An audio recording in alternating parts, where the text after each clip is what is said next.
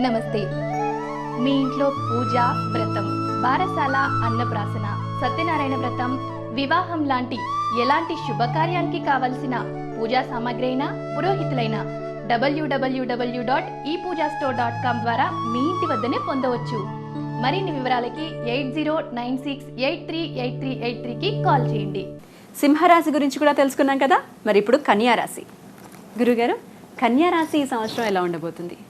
ఆదాయం 5, వ్యయం 5, గౌరవం 5, అగౌరవం 2.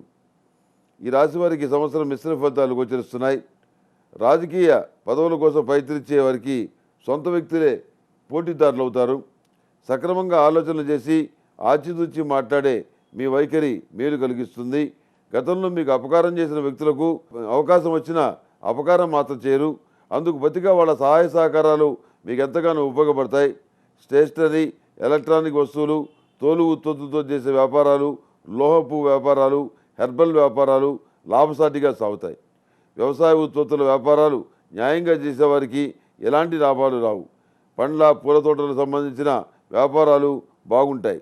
శుభకార్యాలకు సంబంధించిన విషయ వ్యవహారాలు ఆకస్మికంగా ముడిపడతాయి. దీర్ఘకాలికంగా ఉన్న విద్వేషాలను రూపుమాపుకోవటం మంచిది. ఎన్నాళ్ళు పోరాటం చేసినా కొన్ని విషయాల్లో ఫలితం దక్కదు. ఆదాయం ఉంటుంది, చేతిలో మాత్రం ధనం నిలవదు.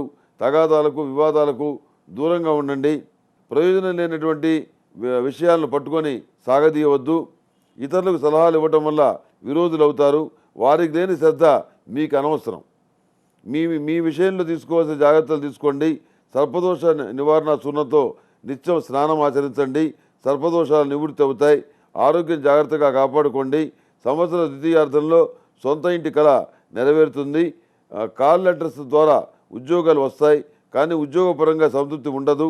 ఈ రాశివారు ఈ సంవత్సరం నవగ్రహ పాశుపత హోమం చేయించుకోవడం వలన మంచి ఫలితాలు పొందుతారు. సంవత్సర ద్వితీయార్థంలో మంచి ఉద్యోగం వస్తుంది. పాత సమస్యలు పరిష్కారం అవుతాయి. కొత్త సమస్యలు పుట్టుకొస్తాయి. వృత్తి ఉద్యోగాల్లో నూతన మార్పులు వస్తాయి. సామాజికంగా వచ్చిన మార్పులు మీపై ప్రత్యక్షంగా కానీ పరోక్షంగా కానీ ప్రభావం చూపుతాయి. విద్యా సంబంధమైన విషయాల్లో కొన్ని ఆటంకాలు అధిగమిస్తారు.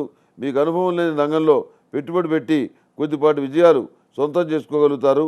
దూర ప్రాంతంలో ఉన్న మీ ఆత్మీయుల వల్ల ఆర్థిక సహాయం లభిస్తుంది. విడిపోయినటువంటి మిత్రవర్గం తిరిగి దగ్గరవుతారు. కళారంగంలో రాణిస్తారు. క్రీడా సాంస్కృతిక విషయాల్లో మంచి గుర్తింపు, అవార్డులు, రివార్డులు లభిస్తాయి.